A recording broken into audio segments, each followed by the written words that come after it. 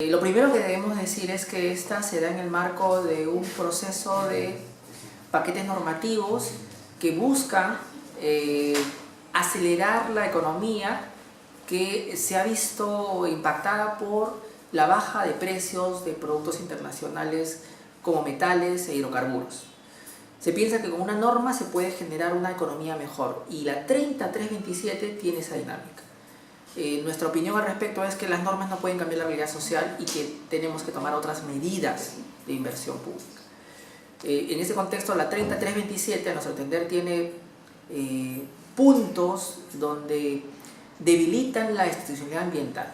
El primero es que cambian las reglas de juego para la aprobación de certificación ambiental. Me explico.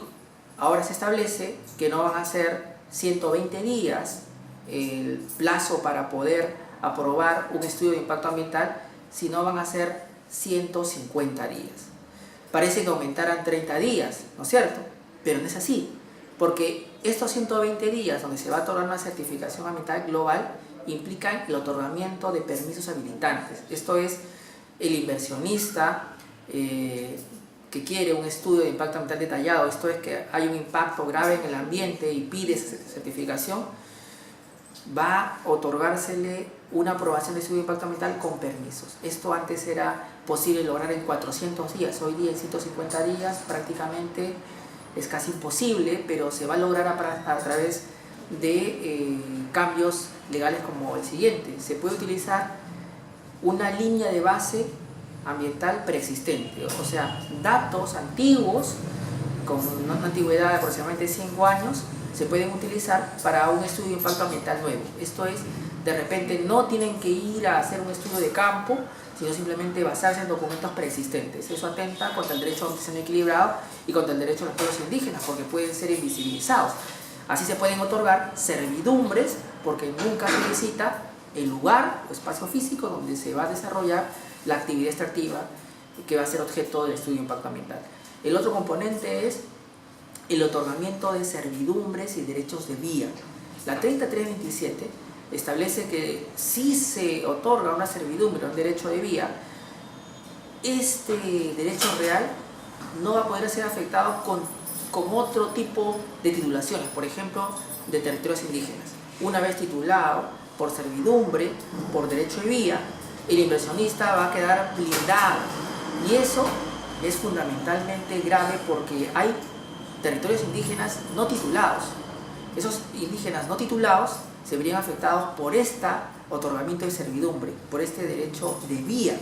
También tenemos que el funcionario público que se atreve, que osa otorgar un derecho de propiedad, por ejemplo, indígena, sobre una servidumbre otorgada o un derecho de vía, sería sancionado administrativamente, o sea, retirado del trabajo, o sea, despedido, y también penalmente. Esto es algo sumamente grave. Además debemos señalar que la 30327 establece un nuevo delito de usurpación, que es aquel que invade, entre comillas, el derecho de vía o servidumbre. Imaginemos el caso de una comunidad indígena, nativa o campesina, que en aras a la defensa de su territorio indígena ingresa a un derecho de vía, a una servidumbre que está en su territorio, sería procesado por usurpación. En síntesis, la 30327 modifica la forma como se aprueban los estudios de impacto ambiental, dándole a una autoridad llamada SENACE esa facultad de aprobar estudios de impacto ambiental detallados, más los permisos habilitantes, o sea, los derechos para que pueda iniciar operaciones. Esto en un plazo sumamente breve, 150 días, tomando datos antiguos de líneas de base preexistentes, estatales o privadas, sin posible verificación de campo, aparentemente ya que utiliza esos datos preexistentes. Y además, tenemos en cuenta que el otorgamiento de derechos de vía y servidumbre otorgados de una manera que impidan otro tipo de titulaciones afecta directamente a los pueblos indígenas. Esto, evidentemente, está afectando tanto el derecho a un diseño equilibrado, tanto el derecho a la identidad étnica y cultural de los pueblos indígenas, así como el derecho al territorio ancestral de estas poblaciones.